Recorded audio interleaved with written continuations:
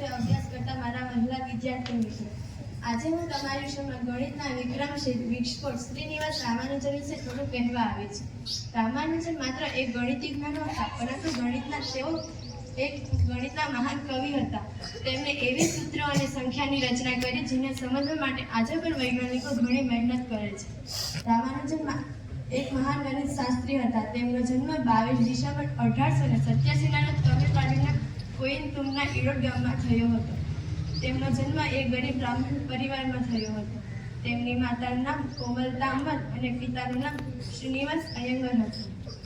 શ્રીનિવાસ રામાનુજનની ગણના આધુનિક યુગના મહાન ગણિત વિચારકોમાં થાય છે. તેમને ગણિત વિષયમાં ઘણું જ્ઞાન પ્રાપ્ત થયું હતું. તેથી તેઓ એક મહાન ગણિત શાસ્ત્રી બન્યા. પાઈની અનંત શ્રેણી તેમની જ એક શોધ છે.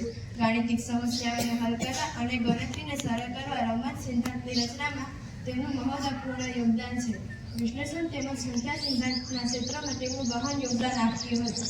શ્રીનિવાસ ઈસવીસન 1918માં ગ્રીનિચ કોલેજમાં સભ્યપદ મેળવનાર પ્રથમ ભારતીય શ્રીનિવાસ રામાનુજન હતા.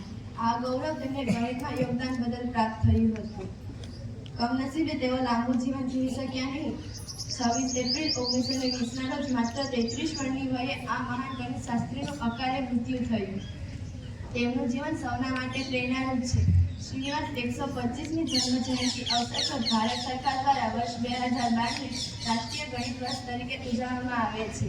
ત્યારથી પ્રત્યેક વર્ષ 22 ડિસેમ્બરના દિવસે રાષ્ટ્રીય ગણિત દિવસના રૂપમાં મનાવવામાં આવે છે. આ દિવસે ગણિત સંબંધિત અનેક કાર્યક્રમો આયોજિત થાય છે.